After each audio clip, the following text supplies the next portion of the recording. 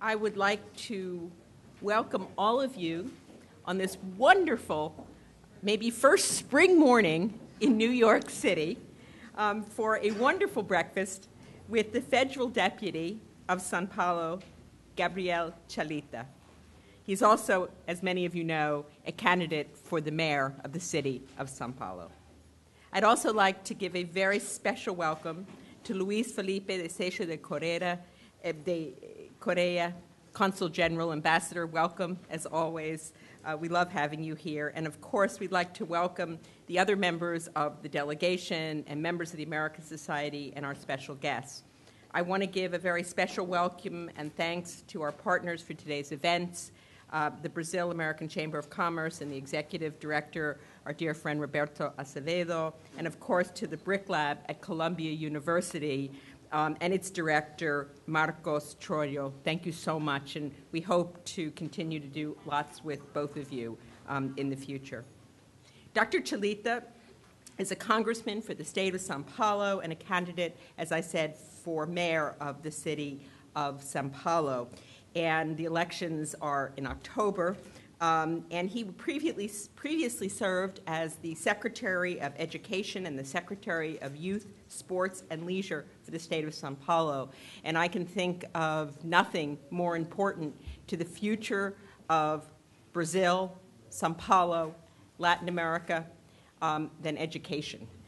It is critical for the future competitiveness, and it's something which obviously the president and everyone in Brazil is very focused on, and we in this country, in the United States, are also very, very focused on. He's a professor at Pontifical University of São Paulo and the Mackenzie Presbyterian University and the FMU Educational Complex, and has written 60 books. Is that right? 63 books, and now I am totally embarrassed because I haven't written one. And the only one I'm thinking about writing is a children's book. He's here today to discuss some of the recent developments and challenges to Brazil's education system, and any other challenges or anything else he'd like to discuss. So we're delighted to have him here today. Thank you so much for joining us, and I'm going to pass the stage to you.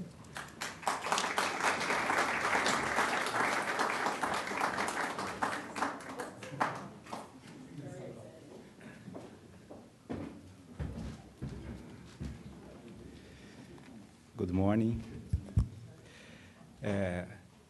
Thank you very much for the opportunity to come here and say something about my country. But I feel more comfortable to speak in Portuguese. I'm sorry. Quero cumprimentar a Susan, agradecer essa oportunidade de estar aqui, o embaixador Luiz Felipe, o Marcos, o Marcelo, amigos daqui, e falar um pouco sobre os desafios que nós temos no Brasil hoje e sobre as oportunidades que nós temos para fazer com que o nosso Brasil, nosso país, seja cada vez melhor. A Susan disse que eu escrevi 63 livros. Vou falar um pouquinho da minha história. Eu nasci numa cidade pequena do interior de São Paulo, que fica entre São Paulo e Rio de Janeiro, as nossas duas maiores cidades, chamada Cachoeira Paulista. E, quando eu era pequeno, minha mãe tinha um hábito de ir a um asilo. Minha mãe fazia um trabalho voluntário no asilo, e eu ia com a minha mãe, com 3, 4 anos. E lá eu conheci uma senhora que morava no asilo, uma professora aposentada. E ela gostava muito de contar histórias, e falava muito. E porque ela falava muito, as pessoas não tinham paciência de falar com ela. E eu tinha. Eu era pequeno e ficava ouvindo as histórias daquela senhora. E ela começou, eu fui crescendo, primeiro ela contava histórias, depois ela começou a me emprestar livros. Minha mãe era muito simples e achava que a leitura estragava os olhos e a cabeça. Então, em casa, nós tínhamos livros, mas a gente não podia ler para não sujar os livros. Eu lia os livros da dona Ermelinda, dessa professora. O tempo foi passando, ela foi perdendo a visão, e eu comecei a ler para ela os mesmos livros que ela já já havia lido em algum tempo da sua vida. Um dia ela falou para mim, por que você não escreve um livro? Você lê muito bem, você podia ser um escritor. E eu perguntei, como é que se escreve um livro? Ela disse, escrevendo. Eu falei, mas um livro inteiro? Ela escreve uma página, leia para mim, e eu digo se está bom ou não. Aí eu escrevi alguma coisa sobre liberdade, e ela perguntou se eu havia me emocionado com o que eu escrevi. Eu disse que não. Ela disse, então, escreva alguma coisa que te emocione. O que te emociona? O que faz você chorar? Eu disse que o que me fazia chorar é que eu ia muito à igreja, e eu tinha um irmão com síndrome de Down, e eu pedia a Deus para ele ficar bom, e Deus não me atendia. Talvez porque Deus não gostasse de mim. Ela disse, então escreva uma carta para Deus perguntando por que Ele não gosta de você. Esse foi o meu primeiro livro. Eu tinha 12 anos. Foi um livro muito premiado na época, e aí eu comecei a escrever. Com 18 anos, eu me candidatei com 18 para 19 anos, eu me candidatei a vereador na minha pequena cidade de Cachoeira Paulista. E ganhei. Fui o mais votado, fui o presidente da Câmara, fui o mais jovem do Brasil naquela época. E, nesse período, eu conheci um político muito importante para nós, brasileiros, já falecido, que foi o governador Franco Montoro. E o Montoro me deu um dos melhores conselhos da minha vida. Eu ia me candidatar naquela época, com 22 anos, a prefeito da minha cidade. E o Montoro disse, não faça isso. Mude para São Paulo, estude, se prepare, tenha uma carreira, e aí, se você quiser, você continua na política depois. E foi o que eu fiz. Eu mudei para São Paulo, fiz 2 mestrados, 2 doutorados, continuei escrevendo livros, comecei a dar aulas, e resolvi não voltar mais para a política, porque a vida na área privada é mais confortável do que a vida na área pública. Nessa época, eu comecei a dirigir escolas. Eu dirigi um grupo de escolas no Brasil chamado Pueridomus. Eu tinha 23 anos nessa época, é um importante grupo de escolas lá. E até que um dia, o governador atual, que havia sido governador também em 2001, Geraldo Alckmin, me convidou para ser secretário da Juventude, para cuidar de jovens em conflito com a lei. Lá nós chamávamos de FEBEM, é uma instituição que cuida de jovens em conflito com a lei. O meu grande desafio era acabar com as rebeliões, que eram muitas em São Paulo. O que eu fiz para acabar com as rebeliões? Eu me reuni com um grupo de empresários e pedi para esses empresários se eles garantiam emprego quando esses jovens saíssem da FEBEM. E consegui garantir escola, faculdade para eles. Então, eu chegava na FEBEM e dizia o seguinte, vocês vão sair daqui com carteira de trabalho assinada e com faculdade de graça. Não é possível que vocês continuem fazendo rebelião. Vocês terão uma outra oportunidade na vida. Na minha visão, o que levava o jovem da FEBEM a agir de uma forma tão errada era o fato dele não ter uma perspectiva. Ele sabia que a vida dele havia sido desperdiçada. E, modéstia à parte, foi um bom trabalho. Nós conseguimos, na época, mais de 3 mil empregos. Hoje, eu encontro esses jovens casados, né, trabalhando. O conceito que eu tentava mostrar para os empresários era que uma parcela deles podia, de fato, ter um problema mais sério, um problema mental mais sério, ser mais difícil a reintegração. Mas a maior parte deles precisava apenas de uma oportunidade. Aí o governador pediu para eu ir para a Secretaria da Educação. Para vocês terem uma ideia do tamanho da Secretaria da Educação do Estado de São Paulo, nós tínhamos, na época, 6 milhões de alunos estudando só na rede pública do Estado, sem contar os municípios. 6 milhões de alunos. 300 mil professores e funcionários. E São Paulo vivia tempos de muitas greves, o que era muito ruim. Um governador anterior a esse, que foi um grande governador de São Paulo, Mário Covas, ele chegou a apanhar de professores numa das greves. Então, havia uma dificuldade muito grande de relacionamento entre professores e o Estado. Um outro problema sério que nós ainda temos no Brasil era um problema de violência nas escolas, muito sério. E os pais mandavam os filhos para a escola com medo, sem saber se eles voltariam ou não das escolas. Quando eu assumi a secretaria, nós começamos primeiro a trabalhar com os professores. Na minha visão, apesar de todo o desenvolvimento tecnológico que é muito bom desses novos tempos que nós vivemos, a alma, a essência do processo educativo é o professor.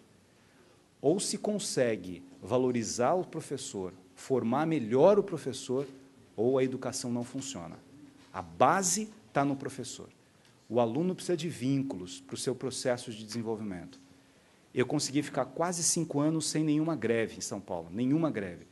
Nós desenvolvemos um projeto chamado Escola da Família.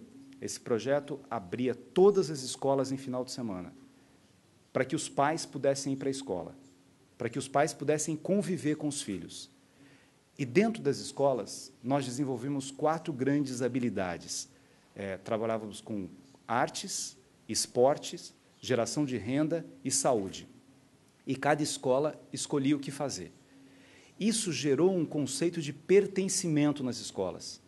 E nós reduzimos em 80% o índice de violência escolar em São Paulo, nesse período. Então, o que nós tentamos mostrar é que violência não é só um problema de polícia. A polícia tem que fazer o trabalho fora da escola, prendendo traficantes. Mas, dentro da escola, o que reduz a violência é um programa social, é um projeto de envolvimento comunitário.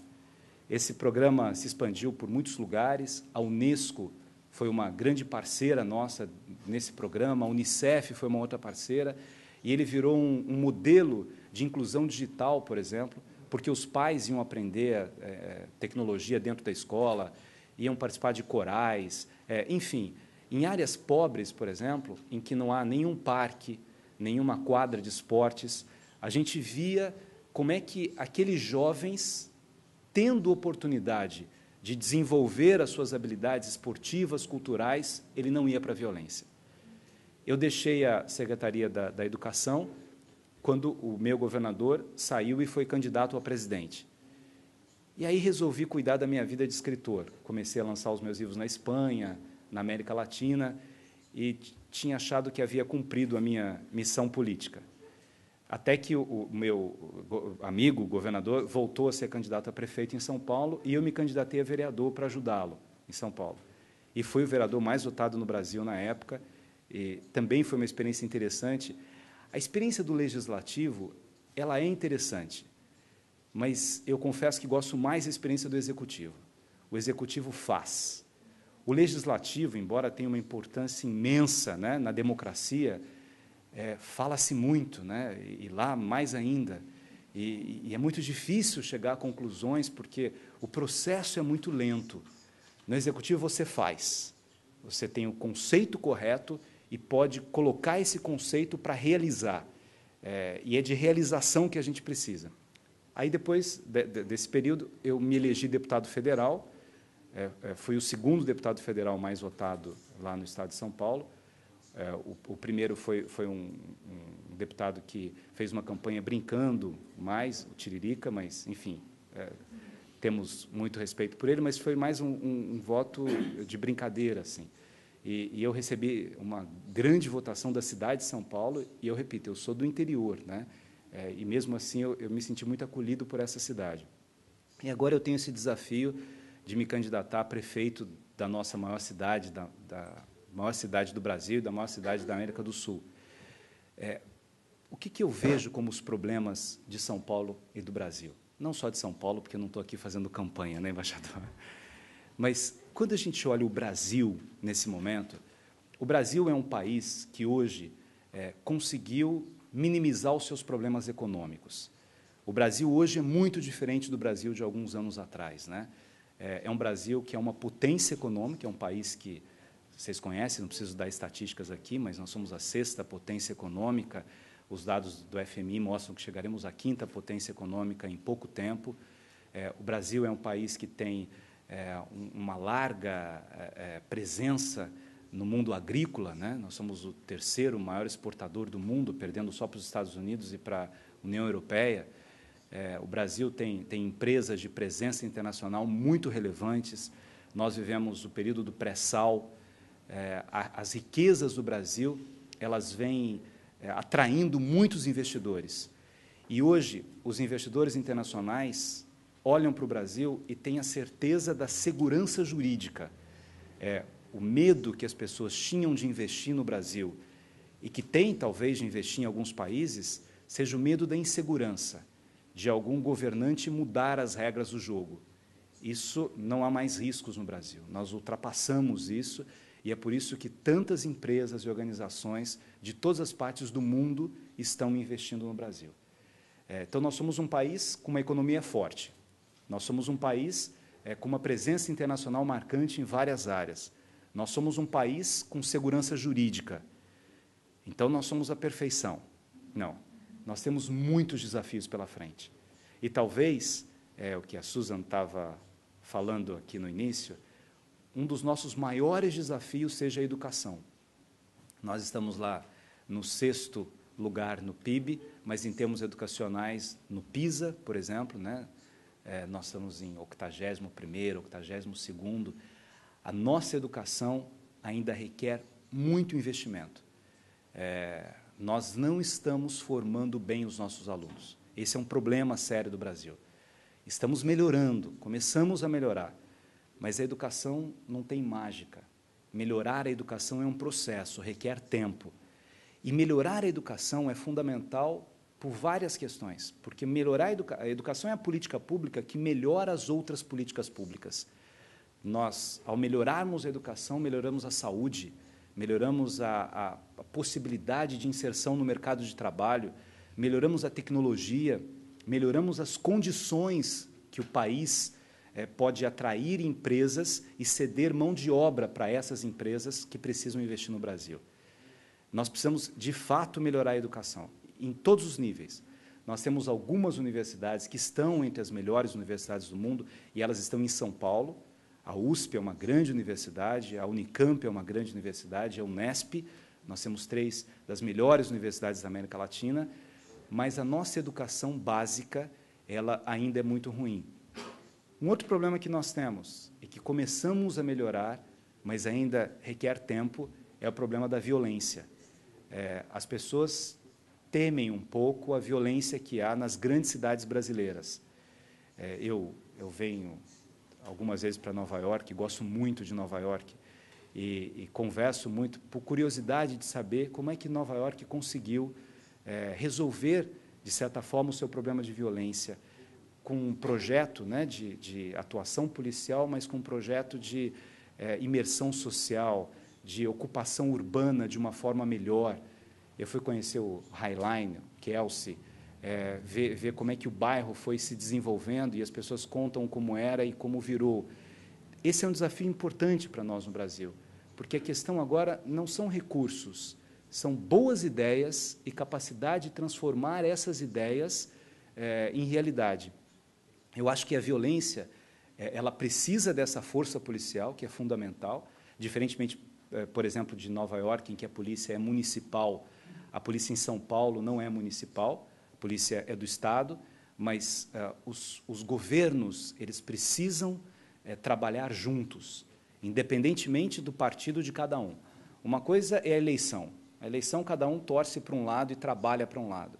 Passada a eleição, o fundamental é que as pessoas trabalhem conjuntamente e que resolvam conjuntamente os seus problemas, né? Lá nós temos a Polícia Federal, as polícias estaduais e há questões que são municipais. Eu tenho que a violência ela se prospera no caos. Uma cidade bem organizada, bem iluminada, bem cuidada, ela tem a tendência de ser menos violenta. O Rio de Janeiro, vocês devem estar acompanhando, vem fazendo um projeto muito interessante de parceria entre o prefeito, o governador, antes o presidente Lula, agora a presidenta Dilma, de ocupação de áreas violentas do Rio, eles chamam lá de UPP, que são unidades de polícia pacificadora, para que esta, que é uma das cidades mais bonitas do mundo, né, possa receber mais turistas e para que as pessoas conheçam essa preciosidade que é o Rio de Janeiro com segurança. E o que está acontecendo no Rio é que essas favelas, agora em segurança, elas atraem turistas do mundo inteiro, porque as favelas, algumas favelas do Rio, elas se localizam nas áreas mais bonitas da cidade, que têm a vista mais bonita. Então, as pessoas estão comprando esses barracos, transformando em casas. Há analistas políticos que dizem que parte dessas favelas estão agora aparecendo com a Grécia, pela beleza do oceano, pela montanha e como as casas vão ficando bonitas. Então, esse é um bom momento para se investir no Brasil. Porque, aliás, eu disse que um problema é a educação, o outro é a segurança, e eu diria de um outro problema que nós temos sério no Brasil, que é um problema de infraestrutura. E este é um problema e, ao mesmo tempo, uma oportunidade. O Brasil agora começa a abrir concessão dos seus aeroportos para que empresas privadas possam administrar os nossos aeroportos. 3 primeiros aeroportos já estão passando agora, né? Acabou o processo licitatório, estão passando para a iniciativa privada. Nós temos que ampliar a nossa rede de metrô. E hoje, absolutamente tranquilo nas discussões público e privadas, as parcerias, as PPPs, né? O investimento privado junto com o investimento público para ampliação dos projetos de infraestrutura, né? Em São Paulo e no Brasil. Os estados do Nordeste estão se desenvolvendo muito também, e as PPPs elas têm um significado interessante, porque a ação é mais rápida, a solução do problema é mais rápida. O Rio de Janeiro está fazendo um projeto de transformação da sua antiga área portuária com uma PPP. Então, eles estão reformando toda a área central, estão recuperando a área central. A minha ideia em São Paulo, que é algo essencial, São Paulo, a parte nova de São Paulo é muito bonita. Os prédios são muito bonitos, os restaurantes são muito bonitos, os hotéis, os teatros, os museus. Há uma nova cidade muito bonita e muito rica. Mas o nosso centro, que é bonito por ser histórico, ele está muito degradado.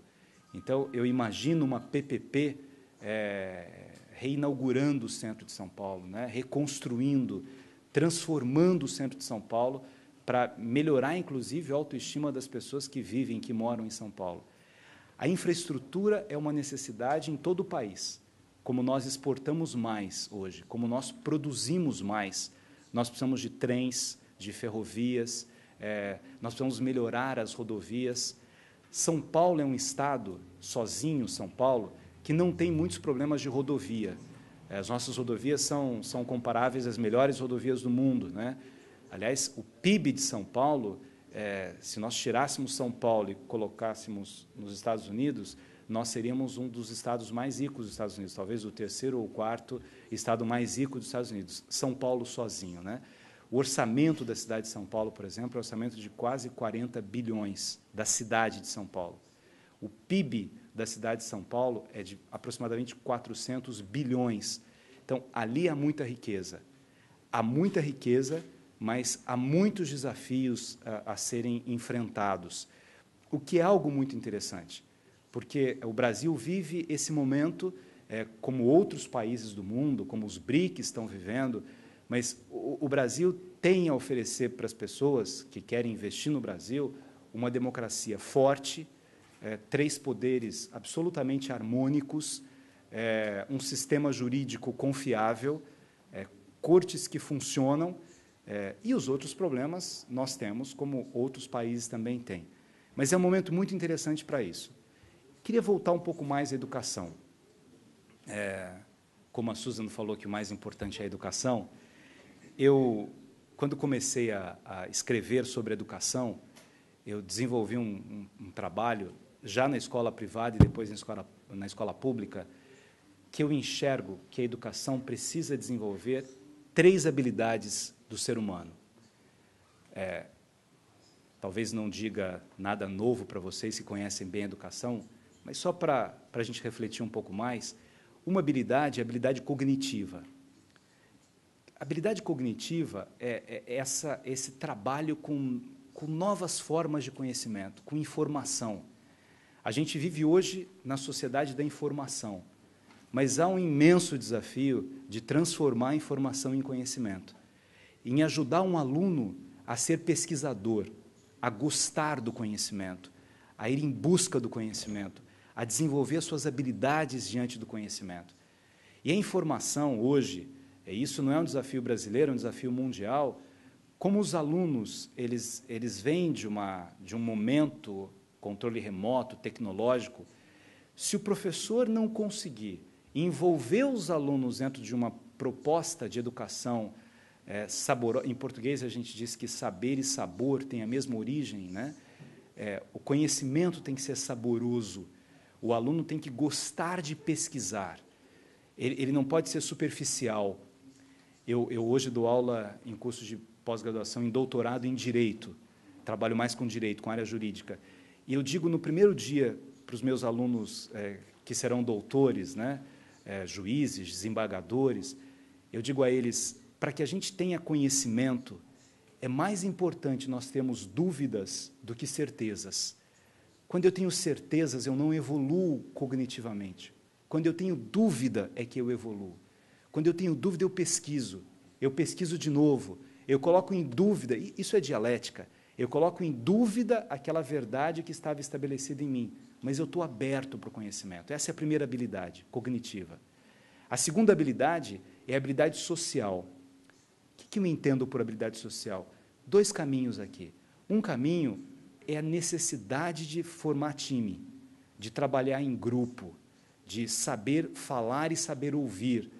Ninguém consegue governar bem sem um bom time.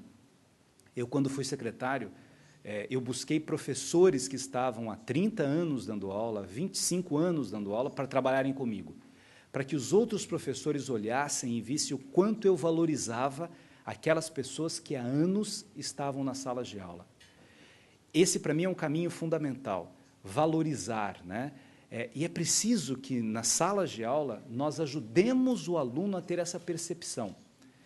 A competição é importante, mas a competição sem cooperação, ela se transforma em algo doentio. O aluno precisa aprender a cooperar.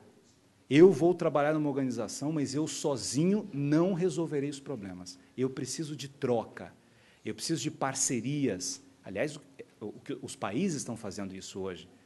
Aliás, é isso que se faz aqui. Essa preocupação de fazer... Estava lendo uma citação do Rockefeller, e ele dizendo que não há nada melhor do que as pessoas visitarem e conhecerem outros países, outras culturas. Isso é habilidade social. Eu tenho algumas ideias, eu conheço outras ideias, eu respeito as outras ideias, e eu incorporo essas outras ideias às minhas ideias. Essa é uma vertente da habilidade social. A outra vertente é essa consciência do trabalho voluntário. São pessoas ajudando as pessoas. Se não me engano, é do presidente Kennedy a frase: não pergunte ao país o que ele pode fazer por você, mas pergunte, né, a você o que você pode fazer para o país. É esse o sentido da habilidade social, no ajudar as outras pessoas. Nesse período da escola da família, eu insistia muito para que os pais levassem os filhos a terem uma experiência voluntária, para que eles sentissem os problemas das outras pessoas. E a terceira habilidade é a habilidade emocional.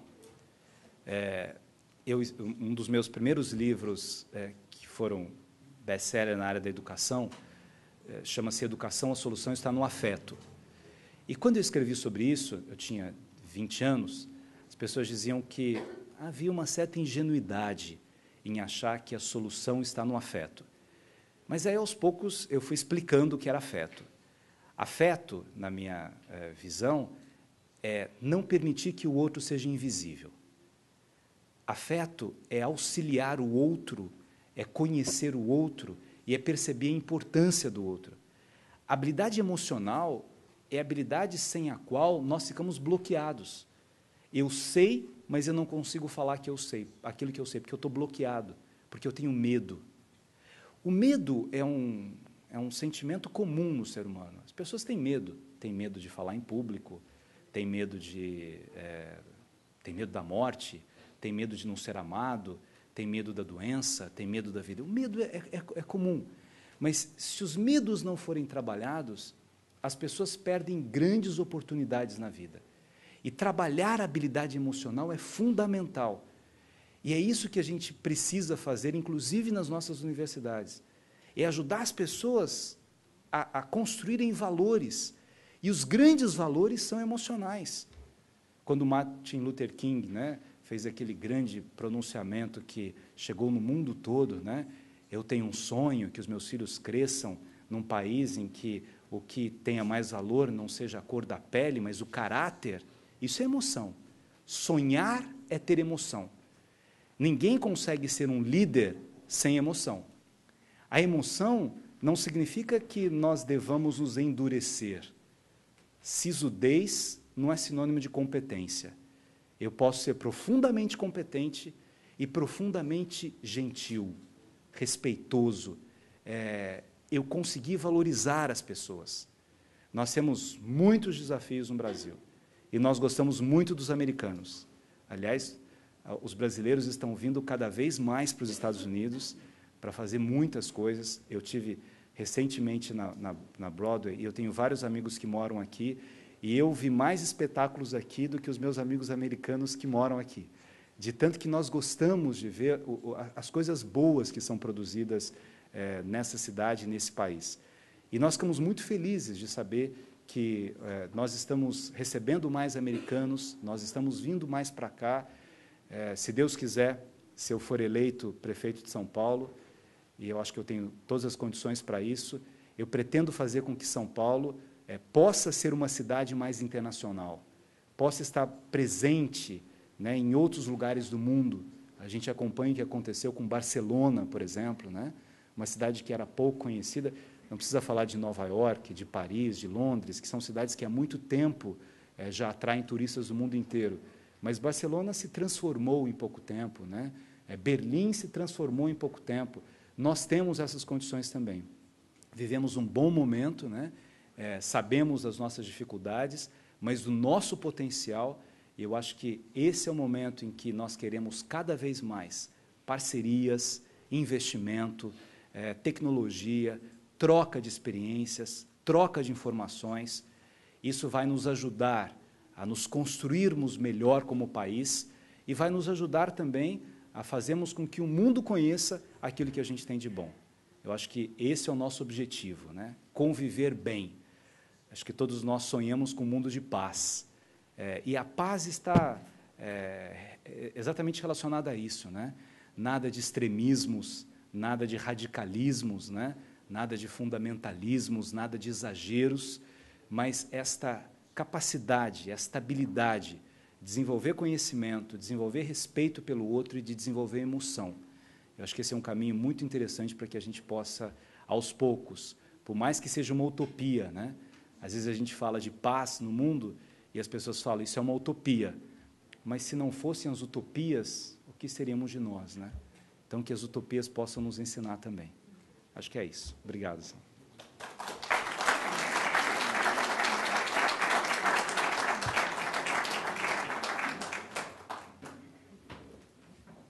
I can now see why he wrote 63 books.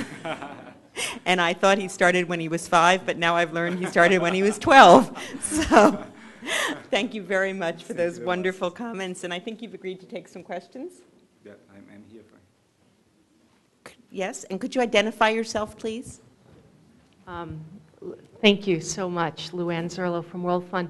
I agree totally with your comments early on about the importance of the teacher and that human relationship between the teacher and the student. Just curious, in São Paulo specifically, what are the plans to try to improve the working conditions of the teachers and to improve just the structure such that a teacher can operate more effectively? And specifically, I'm thinking, it's, as you know, the class days, the turnos being 3.5, 4 hours is both really difficult for the children as well as for the teachers to work in a single environment where they can be more effective. They have to move around to school and whatnot. Okay. Quando eu estava na Secretaria da Educação, nós começamos um trabalho, primeiro para dar formação universitária aos professores que não tinham formação universitária. Depois, nós começamos com um programa de mestrado para os professores. Fizemos, na época, uma parceria com a Universidade de Londres. Alguns professores nossos foram estudar em Londres. Uma outra parceria com 2 universidades da Espanha, com Salamanca e a Complutense, de Madrid. Fizemos uma parceria com uma outra universidade em Portugal e muitas universidades dentro do Brasil mesmo. Então, os professores começaram a fazer mestrado, né, a se preparar melhor. Um tempo eles ficavam na sala de aula e outro tempo eles ficavam estudando. Nós dividíamos esse tempo dos professores. E os que iam estudar em outro país, eles deixavam a sala de aula e depois voltavam com essas experiências para a sala de aula. Na época, a gente conseguiu dar um computador para cada professor e eu comecei a desenvolver um projeto com eles para ajudá-los a desenvolver a questão afetiva, principalmente por causa daquilo que eu disse com relação à violência na escola, porque o professor também era vítima de violência. Então, nós treinávamos os professores para que, naquele momento de transição, eles conseguissem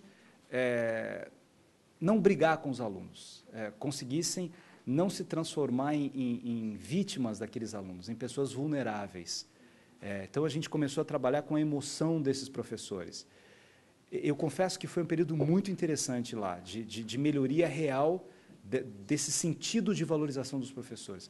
Eu acho que é por isso que eu tive tantos votos como vereador e como deputado, porque os vereadores reconheciam que eles tinham mais tempo para estudar, que eles eram valorizados. Eu dizia uma coisa aos professores, né, e aos políticos: um professor precisa ser valorizado em 3 lugares. Na cabeça, com formação continuada, o professor tem que estudar o tempo todo; no coração, com reconhecimento, com valorização, permitindo que ele fale, que ele reclame; e no bolso, com o melhor salário. E a gente conseguiu fazer um pouco isso. Infelizmente, há um problema político, que não é só no Brasil, que quando sai um governador e entra outro governador, ou sai um presidente e entra outro, ou quando sai um ministro e entra outro, quem chega para o que o anterior estava fazendo. Então, quando eu saí da secretaria, o governador que entrou, que vai concorrer comigo agora a prefeito, ele resolveu parar boa parte desses projetos. Então, os cursos de mestrado diminuíram, as greves voltaram, eu fiquei sem greve, e hoje há uma relação muito complicada de professores com o Estado novamente, né? Eu não acredito, às vezes as pessoas dizem assim, precisa enfrentar os professores por causa dos sindicatos. Eu acho que um governo tem que ter firmeza, mas o diálogo é o melhor caminho. Eu nunca tive problema com professores e não necessariamente fazia o que eles queriam que eu fizesse, ou que o sindicato queria que eu fizesse. Mas eu esgotava as negociações, conversando, dialogando, debatendo. Então, eu acredito que, para desenvolver essas habilidades, é preciso que o professor tenha tempo para estudar e que ele se sinta valorizado. Isso é fundamental. O professor, quando entra na sala de aula, é ele e os alunos. E vejam, cada vez mais é difícil ser professor, porque a família que deveria dar a primeira educação, ela não consegue fazer isso. A gente fala muito do bullying, as escolas americanas vêm falando sobre isso. O que é o bullying? É um problema emocional, é uma agressão que um aluno faz. O bullying não é violência sozinha, o bullying é a destruição do outro, é a violência continuada. Então, se o professor não estiver preparado para isso, ele vai perder grandes oportunidades de ser um líder na sala de aula. I'm going to ask, okay, can I ask one question first? Yes, of course. I'm going to preempt myself. And what do you think the role of technology is? I forgot to say that we're also webcasting this, so, but what do you think the role of technology is in teaching or preparing teachers, particularly in early education, elementary school? Eu acredito que a tecnologia, ela é um instrumento fundamental. Hoje não dá mais para dar aula sem tecnologia, porque a criança usa a tecnologia, o adolescente usa a tecnologia. E a tecnologia, ela mudou a forma de ver o mundo. Vou dar um outro exemplo para voltar para a educação. O Brasil também tem um outro problema, que a nossa presidenta falou aqui na abertura da Conferência das Nações Unidas, né? Corrupção, que não é um problema brasileiro, apenas brasileiro, que é uma praga, mas que é um problema. E ela diz o seguinte: o meu governo não tem compromisso com o mal feito, com a corrupção. Eu acredito que um dos grandes caminhos para resolver a corrupção esteja na tecnologia. A tecnologia que vai ajudar. O ideal seria que a educação resolvesse a corrupção, que as pessoas fossem educadas para serem honestas.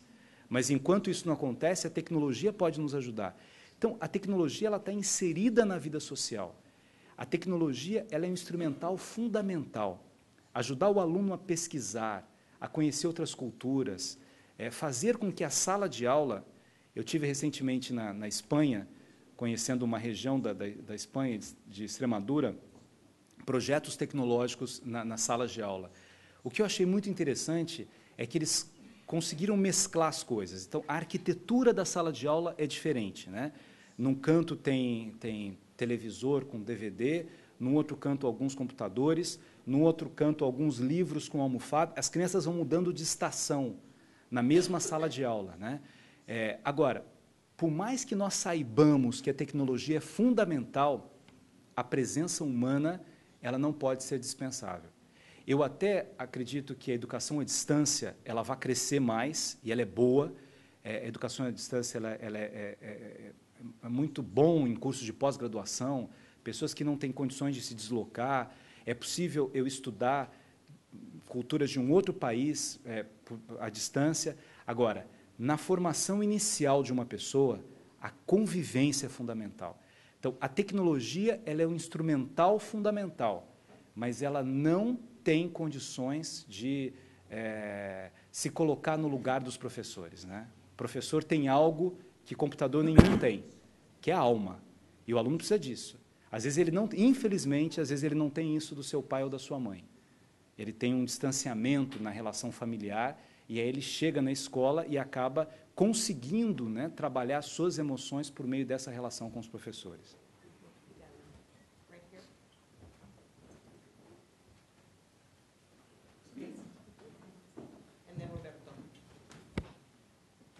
Thank you. Good morning. Good morning. Welcome to New York. Thank you very much. You mentioned a moment ago Dr. Martin Luther King. And I'm sure you have studied the history of Dr. King and the nature of this nation and the inequalities of how this society was developed. And you're here to talk about education, and I would hope that you studied the history of these men that have fought long and hard in this country to try and bring about some semblance of equalities and to correct the inequities that reside in this country. I am hoping that Brazil learn from these experiences and stay away from making those kind of mistakes. And when you talk about an education system, I hope you take all of your citizens into consideration, those that are of the least among our society, and create a curriculum that includes everyone, also their history. Let them know about their history, how they have happened to be in the country Brazil. And when you teach children how to, about their history and teach them how to respect and to love themselves, you have, it's a question, yes.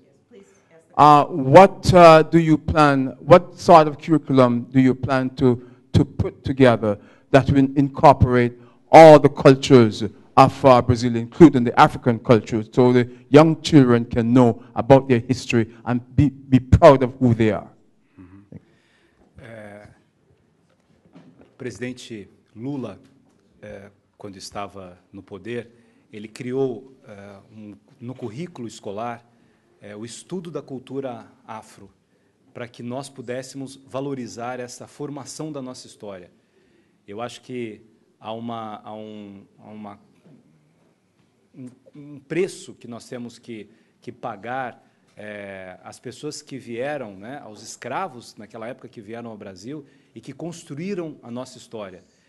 O Brasil hoje é um país em que o preconceito foi eu não diria que não há preconceito, porque seria muito forte isso, mas é um país que vem acabando com o seu preconceito por meio da valorização de todas as culturas que formaram a nossa cultura. E o senhor tem toda a razão no sentido de que é fundamental, nesta visão de mundo que nós queremos, valorizar essas diferenças que formaram o nosso país, valorizar a nossa história real, né? Valorizar o sofrimento das pessoas que ajudaram a formar o nosso país. Qualquer tipo de racismo no Brasil é crime, mas, tirando a questão jurídica, a questão cultural, educacional, nós temos a ampla consciência de que valorizar as pessoas, voltando a Luther King, independentemente de raça, de etnia, de gênero, nós tivemos um histórico preconceito, por exemplo, com relação à mulher, né? Há pouco tempo a mulher pode ocupar cargos de importância, mas ainda as mulheres não ganham o que ganham os homens, não só no Brasil, né? Hoje nós temos uma mulher que é presidenta da República, mas apenas 9% das nossas congressistas são mulheres, 91 homens. Na Suprema Corte, a mesma coisa, a maioria absoluta dos homens, né? Graças a Deus, nós não temos muito problema religioso. As religiões diferentes convivem bem no Brasil.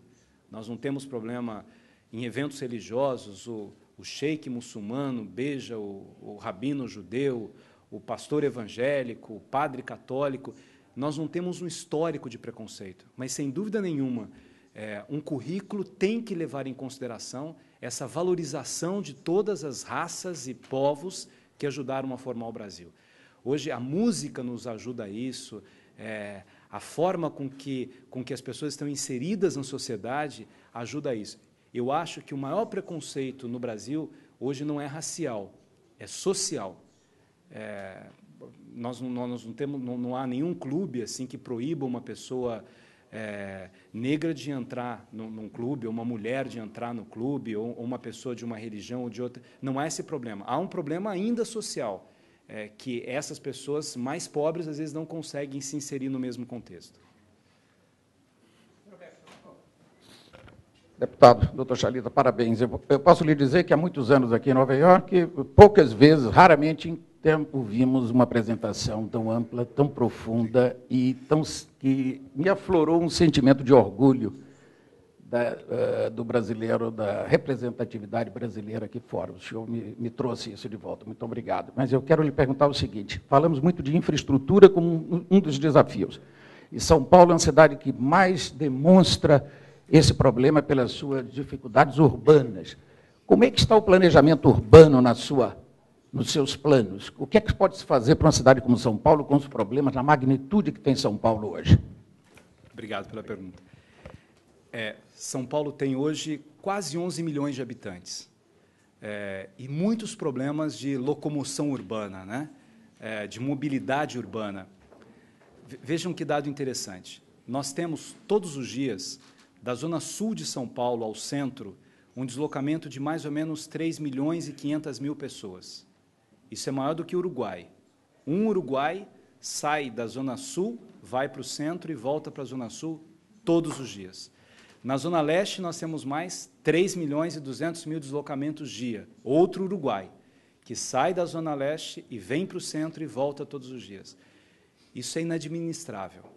Essa quantidade de gente se movimentando, aí vem a pergunta, o planejamento urbano. Por exemplo, se nós conseguirmos identificar que a zona leste de São Paulo é uma região que tem muitos jovens, e se nós percebemos que há algumas áreas empresariais que a demanda de empregabilidade maior é para jovens, ali precisa ser desenvolvido um novo núcleo de desenvolvimento para que aquela região ela consiga ter mais empregabilidade para esses jovens, né? Então, telemarketing, por exemplo, que contrata muita gente. Se eu conseguir atrair, lá a abertura da Copa será na zona leste de São Paulo. Ali, naquele polo que é muito grande, é possível atrair novos negócios, porque ali já há muitas escolas, já há centros de lazer, e qualidade de vida é andar a pé, é poder trabalhar, estudar e ter atrativos culturais andando a pé. Na Zona Sul, a mesma coisa. Eu acho que a diminuição desses deslocamentos é fundamental. Uma outra questão, na área expandida, no centro expandido de São Paulo, olha que dado assustador, nós temos 600 prédios desocupados. Então, nós crescemos nas pontas, as pessoas moram nas pontas e no centro as pessoas não moram, por uma série de razões, por violência, porque o centro está degradado. Então, se nós reocupássemos o centro de São Paulo, nós diminuiríamos um pouco esse deslocamento. Isso do ponto de vista estrutural. Agora, é claro que São Paulo tem que ampliar o metrô. O metrô de São Paulo é muito pequeno ainda, né? O metrô não é responsabilidade da prefeitura, é do governo do Estado. Para construir uma linha de metrô em 4 anos, custa mais ou menos 5 bilhões de reais, né? 2 bilhões e 700, quase 3 bilhões de dólares, né? Se a prefeitura entrar e o governo federal entrarem juntos, a gente poderia, em 4 anos, fazer pelo menos 4 linhas de metrô, e não uma só. 20 bilhões não é demais para a prefeitura, Estado e governo federal. Eu acho que o metrô é o principal instrumento do transporte público, mais do que o ônibus. O ônibus é importante, mas, no caso de São Paulo, o ônibus ocupa o mesmo lugar que os carros. Nós já temos em São Paulo 7 milhões de automóveis, e a tendência é crescer. Como o presidente Lula tirou mais de 30 milhões de pessoas da linha da pobreza, as pessoas que estão vindo para a classe média, todas elas querem ter um carro. Cada um quer ter um carro, quer que o filho tenha um carro e assim por diante. Então, os carros vão aumentando. E aí vem uma política de inteligência desse tráfego individual também, né? De semáforos inteligentes, de estacionamentos subterrâneos, por PPP. Então, assim, é uma cidade que precisa estar em obras, que precisa ser construída ao tempo todo. Mas eu levo muito a sério essa questão do planejamento urbano. É preciso olhar onde as pessoas estão morando e não trabalhando, para fazer elas morarem e trabalharem proximamente, e onde elas estão trabalhando e não morando, pelo contrário. Ocupar o centro e levar um pouco mais de desenvolvimento para essas pontas da cidade.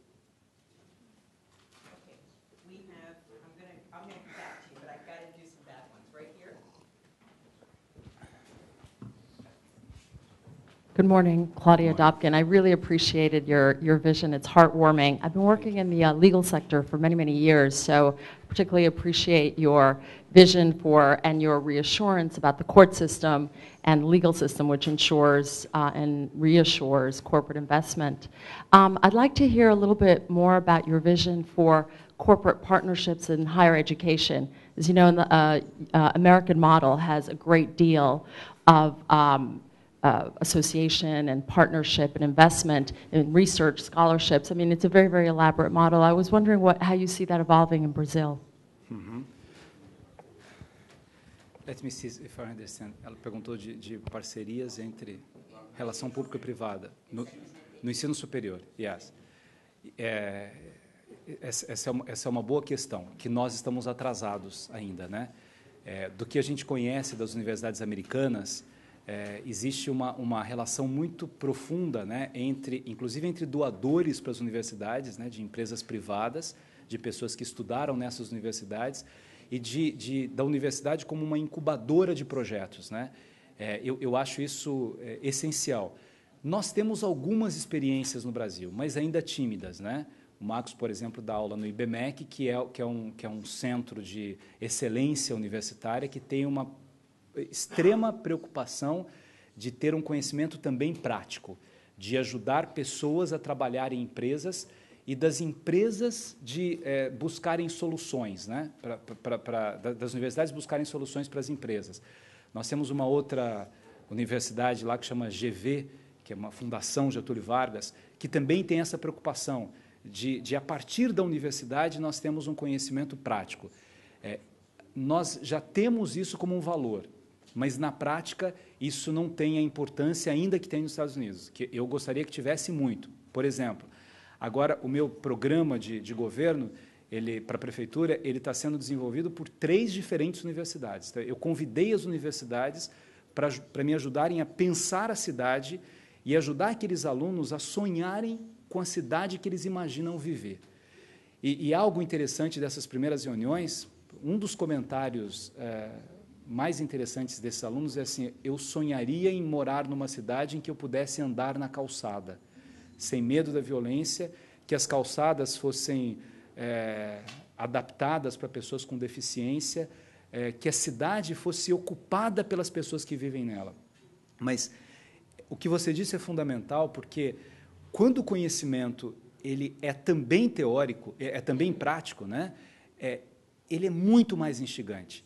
Essa visão, você está dando à universidade a possibilidade dela resolver um problema, dela fazer uma pesquisa para transformar alguma questão social na qual ela está inserida. Então, é a universidade que vai imaginar essa PPP. É a universidade que vai trazer um projeto de despoluição do principal rio que passa pela cidade. É a universidade que vai construir isso. Então, eu acho que esse é um grande caminho que nós temos muito que aprender com vocês.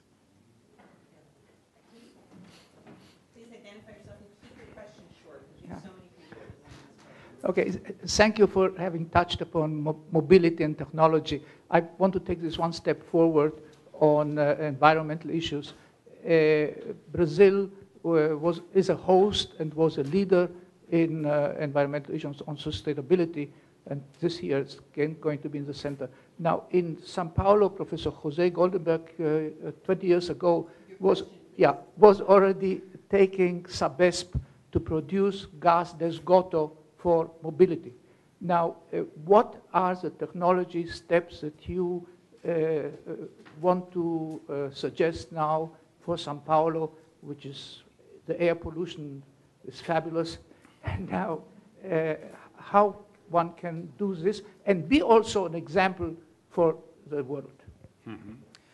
José Goldenberg é um dos nossos maiores cientistas, né? E ele foi secretário quando eu fui secretário também. Ele era secretário do Meio Ambiente.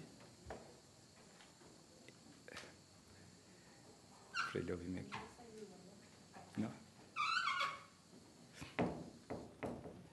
Yeah. Eu fui secretário quando o Goldenberg também era secretário. Eu era secretário da Educação e ele secretário do Meio Ambiente. E ele começou vários projetos interessantes em São Paulo. Um era o aproveitamento do esgoto para transformá-lo em gás, que é muito pequeno ainda em São Paulo esse projeto, como eu disse, porque quando ele saiu do governo, quem veio depois parou esse projeto. Um outro projeto era o projeto de despoluição do Rio Tietê, que também parou. Nós temos consciência hoje que, por exemplo, resíduos sólidos, produção de lixo, tudo isso pode ser um grande negócio. Então, nós demos um prazo. São Paulo ainda tem lixão. Talvez vocês não tenham mais lixão aqui, mas são aterros sanitários, né? Mas a maior parte do nosso lixo hoje vai para aterros sanitários, que produzem gás e que vendem esse gás, né? Então, o lixo, que é um problema para as cidades, ele se transforma numa solução, porque ele é capaz de gerar mão de obra, é capaz de gerar riquezas para um país e é capaz de melhorar a cidade em que as pessoas vivem. Já há uma consciência da coleta seletiva de lixos no Brasil. Nós abolimos agora sacolas plásticas de supermercado. Tudo aquilo que polui o ambiente, há um trabalho grande da cidade de fazer com que nós cuidemos melhor do nosso ambiente. Nós temos uma das maiores florestas do planeta, né, floresta amazônica, 60% da floresta fica no território brasileiro. Nós temos a Mata Atlântica em São Paulo, que durante muito tempo ela foi se perdendo, agora ela está sendo recuperada, não se destrói mais nada na região de São Paulo, e há essa consciência dos resíduos sólidos agora, de fazer com que os resíduos sólidos eles não sejam um centro de doenças, né? O lixo não seja um centro de doença, mas seja uma possibilidade de melhoria da cidade. Nós ainda poluímos muito com automóveis e com o transporte público, né? O metrô não é um transporte público poluente, mas o ônibus é um transporte público muito poluente. Nós estamos testando novas alternativas de energia para esses transportes públicos, né? Ônibus por eletricidade, ônibus elétricos, a consciência ambiental na fabricação dos automóveis também. Nós exigimos uma certificação, aliás, há em São Paulo, só a cidade de São Paulo que tem isso, uma inspeção veicular, em que os donos de automóveis têm que provar que o seu automóvel não polui a cidade.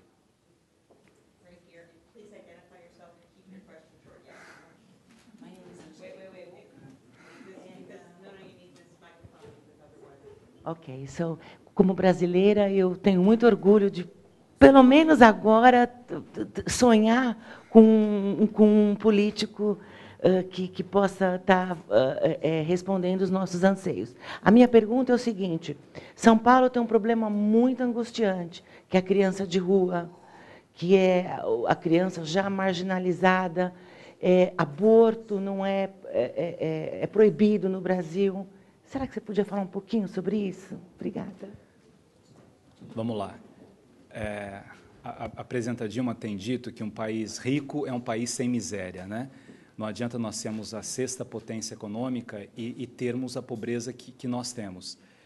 Quando eu era vereador, na minha experiência como vereador, eu presidi a Comissão de Direitos Humanos na Câmara Municipal de São Paulo, que foi uma comissão que trabalhou especificamente com moradores de rua e com crianças que vivem na rua.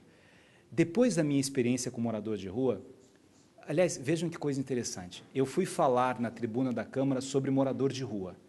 Aí eu acabei o meu pronunciamento, veio um senhor, que há muito tempo cuida de pessoas da rua, e falou assim, Chalita, você está cheio de boas intenções, mas você não quer passar uma noite na rua com alguns vereadores para ver de perto o problema dos moradores de rua? Porque não é tão simples como você imagina. Aí eu fui passar uma noite na rua para conhecer um pouco esses problemas dos moradores de rua. Quais são os dados de São Paulo? Nós temos hoje 13 mil moradores de rua. Para uma cidade de 10,5 milhões de habitantes, não é uma quantidade tão exagerada, mas são cidadãos, né?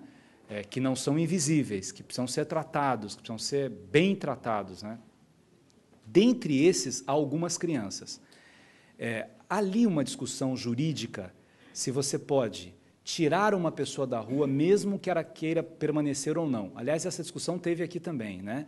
Eu tenho o direito de morar na rua ou eu não tenho esse direito de morar na rua? Na minha visão, agora jurídica, com relação à lei brasileira, uma criança não tem o direito de morar na rua. O Estado tem que tirar a criança que está na rua. Quer dizer, as pessoas viciadas em crack, elas têm que ser retiradas da rua, querendo ou não, porque elas estão sob a tutela do Estado. Então, o Estado é responsável por cuidar delas. Eu sonho em São Paulo em transformar todas as escolas em tempo integral. Nós temos pouco, quando eu fui secretário das quase 5.400 escolas, 500 eu transformei em tempo integral, mas eram escolas estaduais. O município tem 1.000 escolas, nenhuma delas é em tempo integral. Então, na minha visão, criança tem que ficar o dia todo na escola. Tem que fazer as 5 refeições, se possível, na escola, almoço, café da manhã, café da tarde, jantar, sair 4 horas, 3, 4, 5 horas da escola. Isso demora mais ou menos 8 anos. Em 8 anos se consegue transformar todas as escolas em tempo integral. E aí vai resolvendo o problema de criança na rua. A criança tem que estar o dia todo na escola, né? E é vergonhoso, realmente. Quem vai a São Paulo, em alguns lugares, né, você vê aquelas crianças pedindo coisas nos faróis. Não pode uma cidade que tem o dinheiro de São Paulo permitir que essas coisas continuem a acontecer. Criança é fundamental.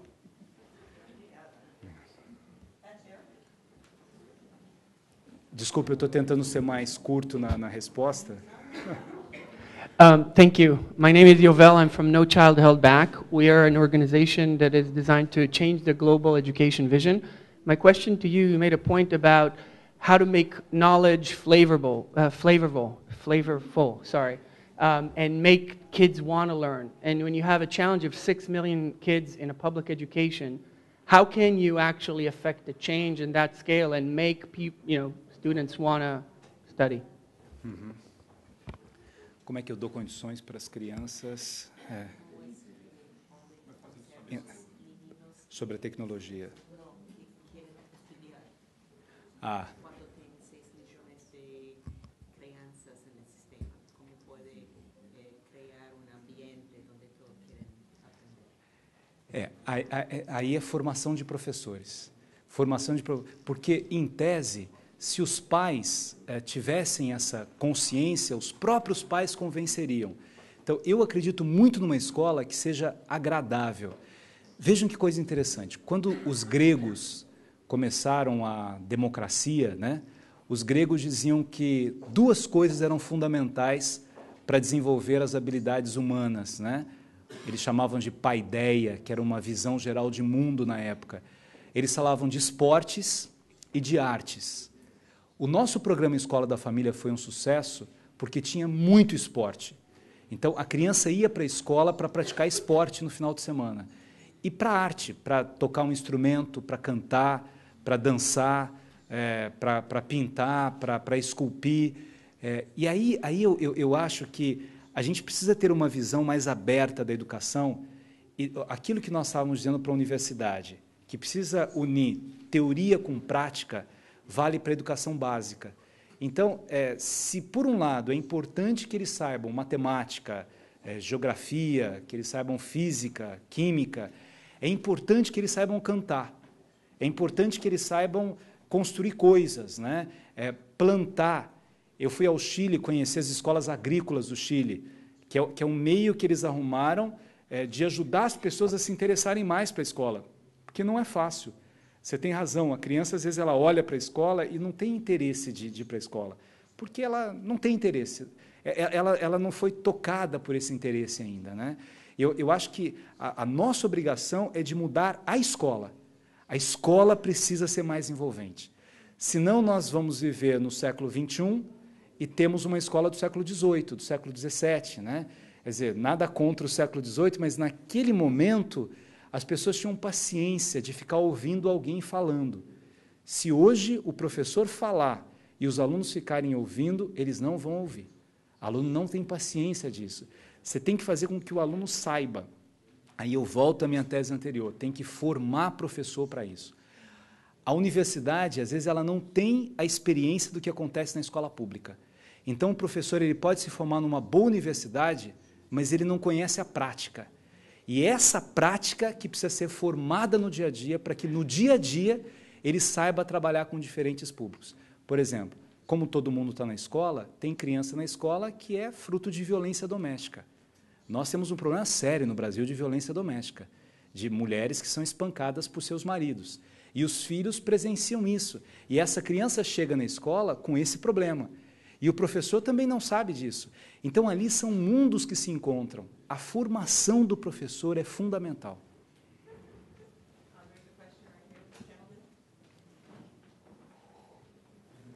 Bom dia. Sou Fred Perkins, consultor independente. E isso é específico sobre o ensino privatizado no Brasil.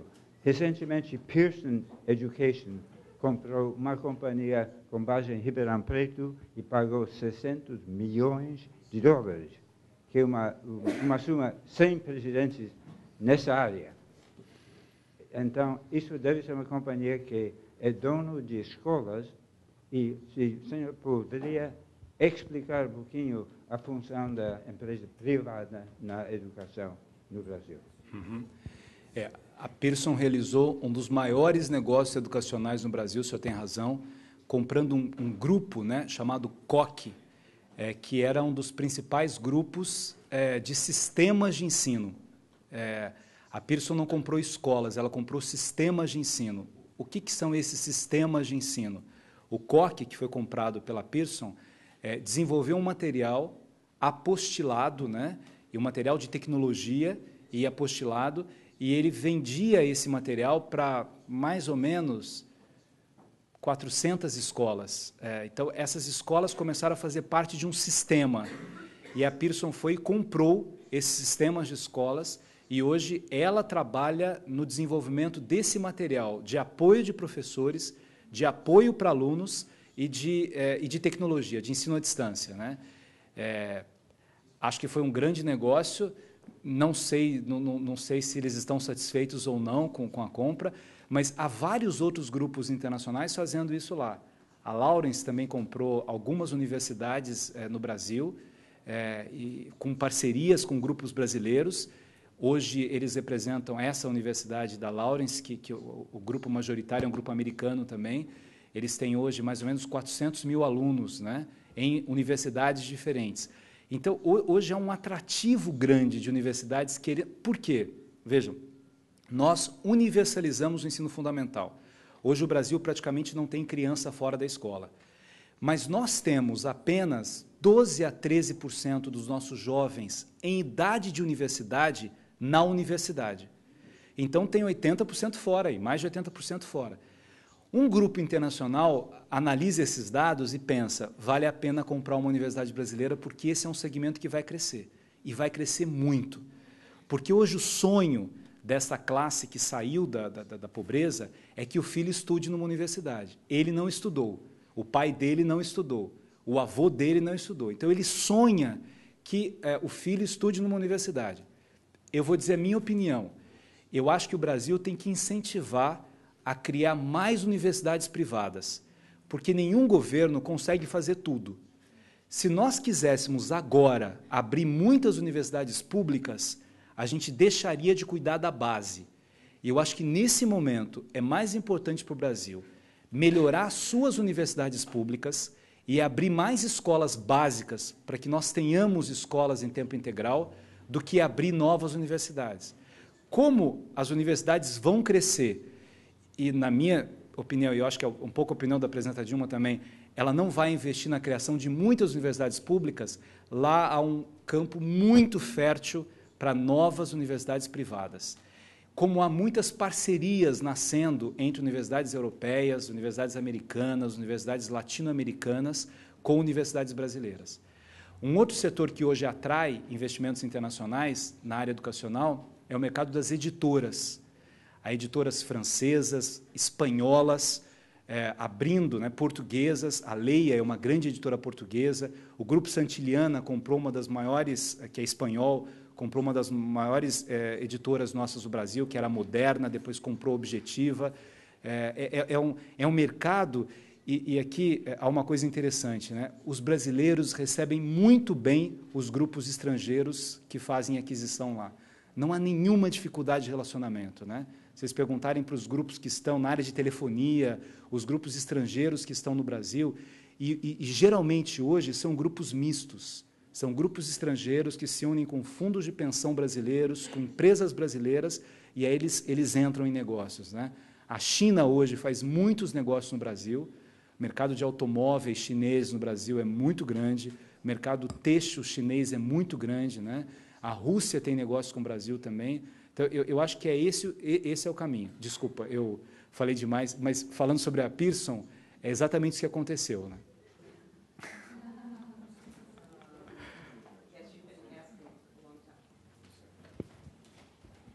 Good morning. My name is Marta Pascual, and I work in the education reform in New York City.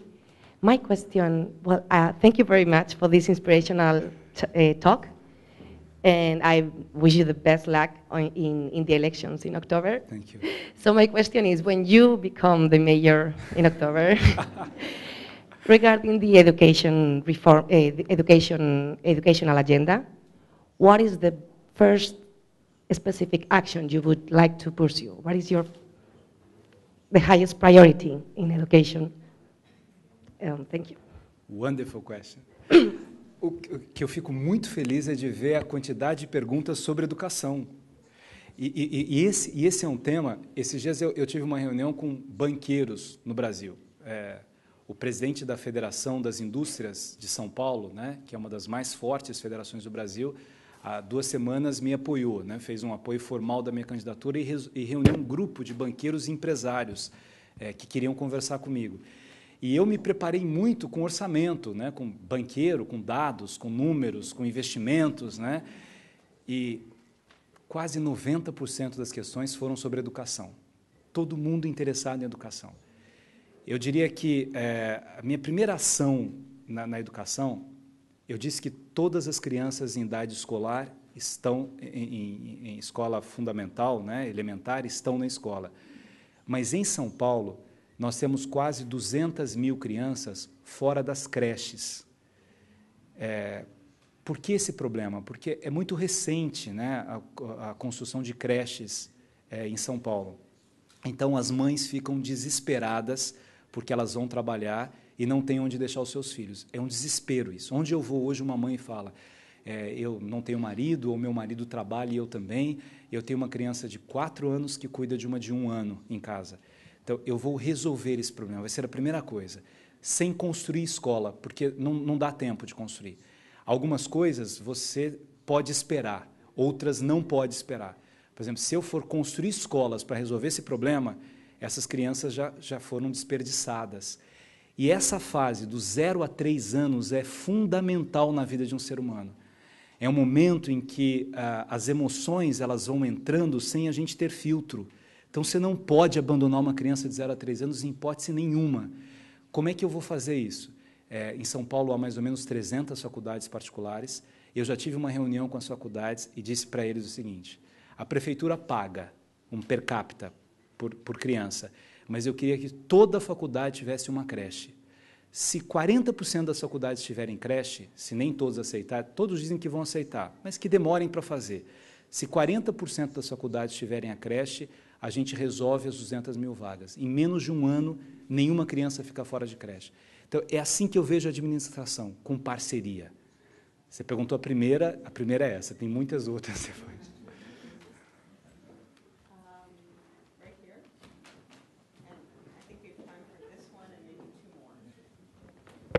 Good morning, I'm Alicia Zanelli. Thank you very much for this presentation. I am Peruvian. I'm very proud that Brazil is doing that.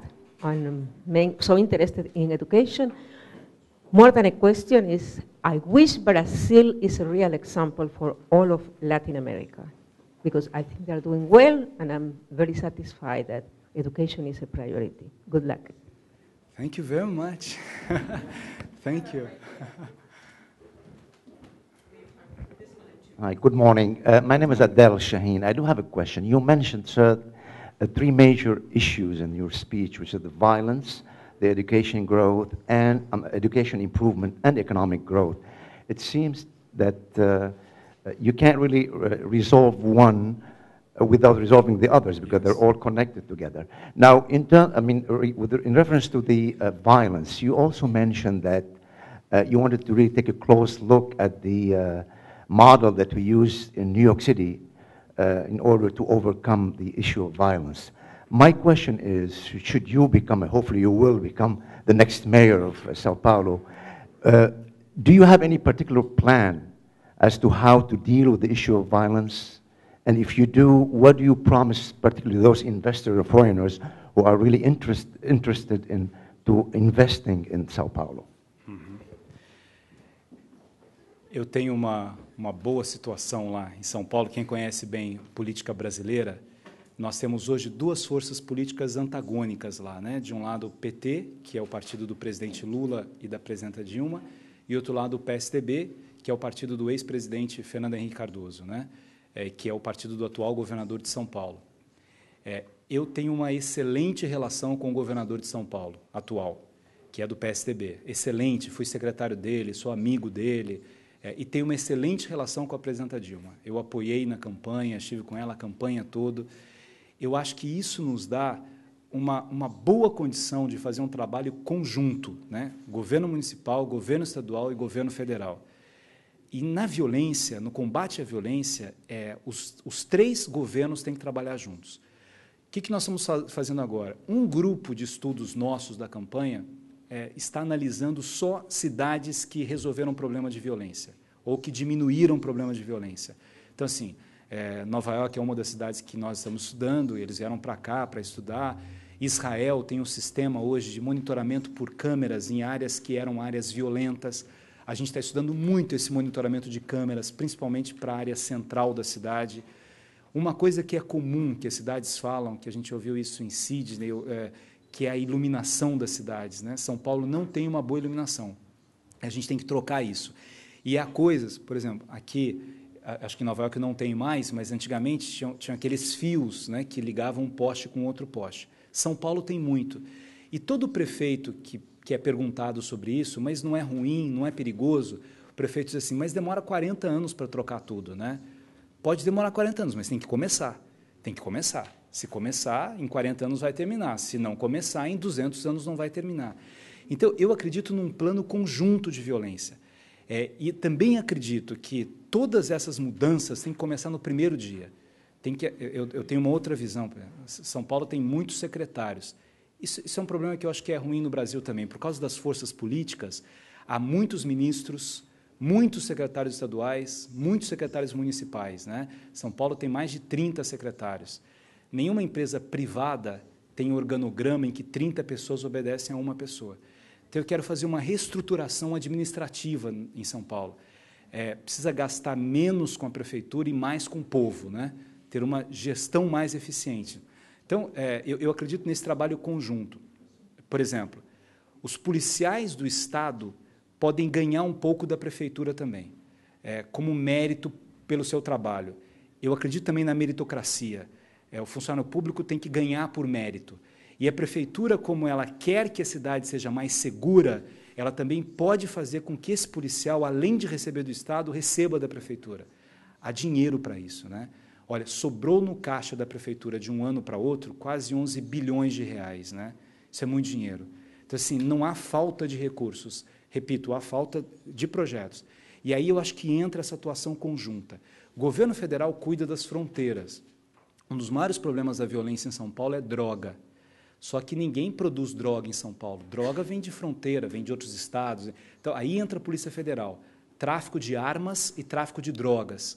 Polícia Estadual, para prender, para fazer as investigações todas necessárias ligadas à criminalidade. E Prefeitura, para iluminar a cidade, para cuidar, para colocar câmeras, para vigiar, para incentivar essas pessoas. Então, é um trabalho de ação conjunta, que quando começa não demora muito. O Rio, quando começou nessas áreas, essas áreas ocupadas, reduziu para praticamente zero o número de homicídios. Então, assim, Favela do Alemão, que tinha 90, 98 homicídios por 1.000 durante um ano, não teve nenhum no ano seguinte, né? Quando o Estado ocupa o seu papel, a criminalidade vai embora.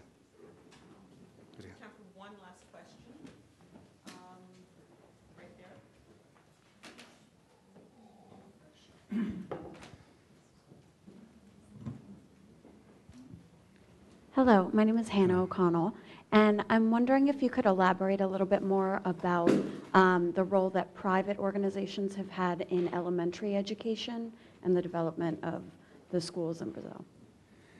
Escolas privadas, o quê? Então, na minha experiência como secretário, eu nunca tive preconceito com escolas privadas, né? Eu fazia com que elas estudassem conjuntamente, trabalhassem conjuntamente, né? A Secretaria de Educação, embora seja responsável direto pela escola pública, ela também fiscaliza as escolas privadas. Então, é um trabalho conjunto. O Brasil, se a gente olhar as escolas privadas de São Paulo, nós estamos entre as melhores escolas do mundo, as escolas privadas. As escolas privadas são escolas em tempo integral, os alunos aprendem 3, 4 idiomas, têm práticas esportivas, culturais, mas elas custam muito caro. Então, assim, quem entra nessas escolas privadas consegue uma educação de excelência, né? Acabam estudando em vários países do mundo. Há muitas parcerias de escolas privadas com institutos internacionais. Então, há essa garantia de uma boa qualidade da escola privada. Por causa disso, eu acho que nós temos que incentivar mesmo essas escolas privadas, mas nós devemos ajudar as escolas públicas a atingirem esse patamar. Eu digo muito isso. Assim, hoje, uma criança rica, ela estuda o dia inteiro. Ou a escola dela é em tempo integral, ou um período ela fica na escola, outro período ela faz judô, jiu-jitsu, karatê, inglês, espanhol, enfim, dança. Uma criança carente, ela tem o que o Estado dá. Então, a gente tem que olhar um pouco para a escola privada e se inspirar nessas escolas também para ajudar as escolas públicas, né? No caso da universidade pública e privada, as universidades públicas têm muita qualidade no Brasil. Eu citei essas três, as três são públicas. Uma das razões pelas quais ela tem muita qualidade é que o nosso sistema de vestibular faz com que os melhores alunos entrem.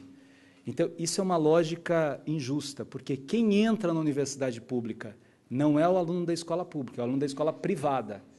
Quem estudou na escola privada entra na universidade pública. Então, é muito difícil entrar, a universidade pública tem muita qualidade.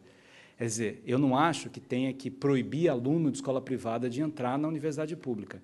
Eu acho que tem que melhorar a escola pública para que o aluno da escola pública também entre na escola pública.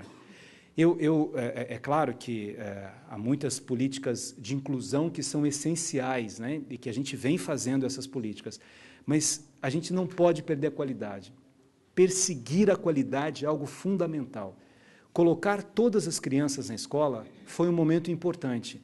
Agora, o importante é dar qualidade para essa educação. A criança tem que ir para a escola e tem que aprender.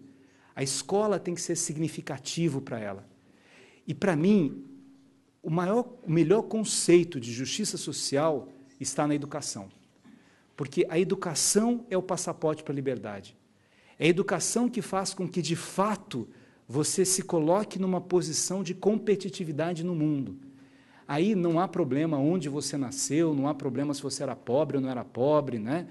Mas a educação é que te garante entrar de fato no mercado de trabalho. Eu contei da minha mãe, né, que achava que livro estragava a visão, mas meu pai era servente de escola, meu pai trabalhava numa escola nessa pequena cidade, né? E depois meu pai foi feirante, meu pai foi comerciante, meu pai abriu uma pequena empresa, depois conseguiu ganhar bastante dinheiro para aquela cidade pequena em que nós nascemos, né? E meu pai, na minha primeira formatura, chorava muito, porque ninguém na minha casa estudou, né? Então, ele, para a cidade pequena, era um homem rico, né? Mas não tinha ninguém estudando. E eu me lembro, Susan, meu pai chorando muito na minha formatura, né? Porque um filho com diploma, né? E meu pai casou com 44 anos. Eu sou caçula temporão. Perdi 2 irmãos, um de acidente de carro, e esse outro que tinha síndrome de Down também morreu, e o mais velho não estudou, então eu fui o único a estudar. E ele chorava muito, né? Aí eu desci, eu fui orador da turma de filosofia, depois que eu fiz direito. E eu desci para beijar meu pai, né? Falei, pai, esse diploma é seu, né? O senhor... E ele chorava. Aí minha mãe disse assim, eu não estou entendendo por que essa choradeira. Ele fez uma coisa que a gente não sabe para que serve. O que é filosofia, né? Aí meu pai falou assim, meu amor, meu pai era muito carinhoso, né? Meu amor, eu também não sei o que é esse negócio de filosofia, mas não deve de ser coisa ruim, não. Obrigado. With this, first of all, a wonderful presentation is always when you have as many questions at the end of a presentation as you have at the beginning. And Gabrielle, you have as many questions still to be answered at the end of your presentation as you did at the beginning. I can only say that you were inspirational. And I'm not Brazilian, so I can't necessarily have an opinion, but I share Roberto's opinion. And I think when I listen to you, people have talked for many, many years about what is the future of Brazil, and when I listen to you, I see a long future of Brazil in front of us. Your vision and your views of how you deal with something which is so fundamental, and if you were to become mayor, you will really be one of the leaders and political leaders of one of the largest countries in Latin America, which is the city of São Paulo. So we wish you luck. The doors are always open. We would very much like to continue our dialogue with you. And again, thank you so much and congratulations. Thank you very much.